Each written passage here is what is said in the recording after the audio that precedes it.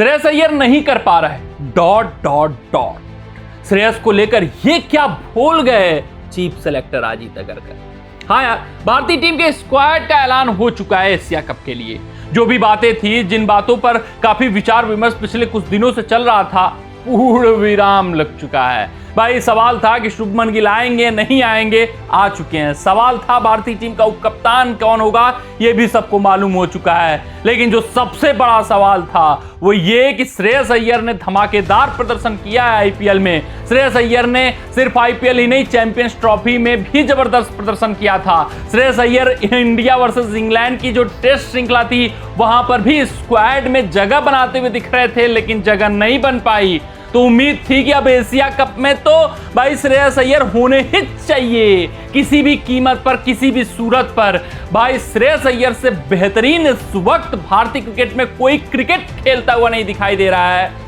मगर एक बार फिर क्या नतीजा आया कि श्रेयस अय्यर एशिया कप की स्क्वाड में अपना नाम नहीं दर्ज करवा।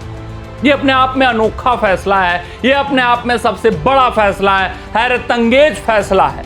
और उससे भी बड़ा और उससे भी हैरत करने वाला बयान सामने आया है। चीफ सेलेक्टर अजीत अग्रकर काफी परिपक्व खिलाड़ी, काफी परिपक्व चयनकर्ता। अभी तक जब से इन्होंने कार्यभार संभाला है, भारतीय कार्यभार, भाई भारतीय टीम ने अच्छा प्रदर्शन किया, चाहे वो T20 वर्ल्ड कप 2024 में प्रदर्शन हो, या फिर चैंपियंस ट्रॉफी में प्रदर्शन हो, या फिर इंडिया वर्सेस इंग्लैंड की जो श्रृंखला रही वहां पर भारतीय टीम का प्रदर्शन हो।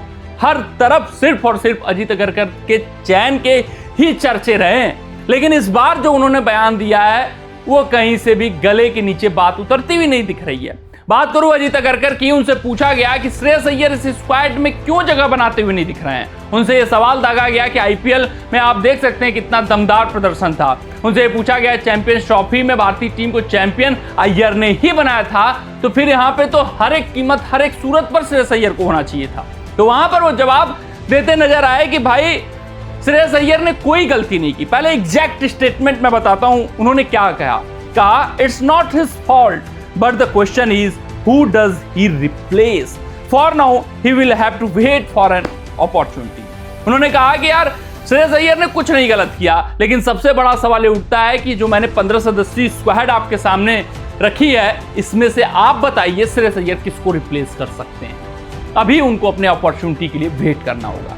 यार श्रेयस अय्यर एक प्रेशर झेलने वाला खिलाड़ी। श्रेयस अय्यर ने जो हर एक मौके पर साबित किया उन्होंने कि भाई जब भी भारतीय टीम फंसेगी, जब भी कोई भी टीम, जिस भी टीम में वो खेलेंगे, वो मझधार में रहेगी, दबाव में रहेगी, वो उसका बेड़ा पार करेंगे। स्लो पिच पर, स्लगिश पिच पर, स्पिन उनसे बेहतर कोई नहीं खेल पाएगा।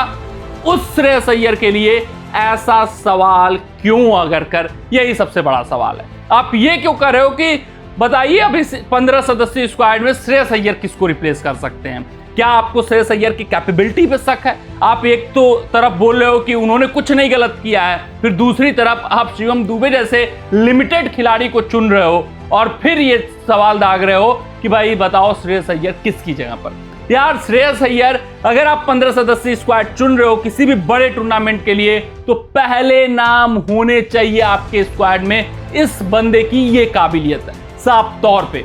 क्योंकि आप खिलाड़ी तो चुनते हो, लेकिन मैच विनर जो खिलाड़ी होते हैं उनका ओहदा अलग होता है, उनका जो वर्चस्व होता है वो अलग होता है। इनफॉर्म खिलाड़ी आपके पास बहुतेरे आ जाएंगे, उसकी सूची लंबी हो जाएगी। अगर इंडिया आपका नाम है तो वहां पर तो टैलेंट पूल का खजाना होगा, लेकिन मैच विनर खिलाड़ी आपको छांटना है। और श्रेयस अय्यर ने हर एक मौके पर साबित किया है कि वो मैच विनर खिलाड़ी हैं। चैंपियंस ट्रॉफी में आप देख लो, जब भी भारतीय टीम फंसी थी ये खिलाड़ी डट खड़ा हुआ था। बहुतेरे दबाव में विकेट फेंकते हैं, लेकिन इस वक्त श्रेयस अय्यर सिर्फ और सिर्फ ऐसे खिलाड़ी बन चुके हैं जिनके कंधे पर हम भाई सब सवार हो सकते हैं। भारतीय टीम भाई दबाव से बाहर निकल सकती है। तो ये जो श्रेयस अय्यर की काबिलियत है अलग बनाती है, चाहे वो जिस भी खिलाड़ी से आप उनकी तुलना कर लीजिए। और खासकर यूएई के पिचों पर तो श्रेयस अय्यर का भारतीय टीम में होना बहुत आवश्यक हो चला था। जिस फॉर्म से वो गुजर रहे हैं, जिस फॉर्म से वो चल रहे हैं, तो उसके बाद ये जो बचकाना सा जवाब आया है अजीत अग्रकर का, वो कहीं से भी ठीक लगता हुआ नहीं दिख रहा है। और सबसे बड़ा अगर किसी के साथ अन्याय हुआ है तो श्रेयस अय्यर है। कमेंट सेक्शन में कमेंट करके आप अपना बयान जरूर बताइएगा। मिलते हैं आपसे अगली रिपोर्ट में, तब तक अपना ध्यान दो, सुरक्षित रहें, स्वस्थ रहें, मस्त रहें। जय हिंद, जय भारत।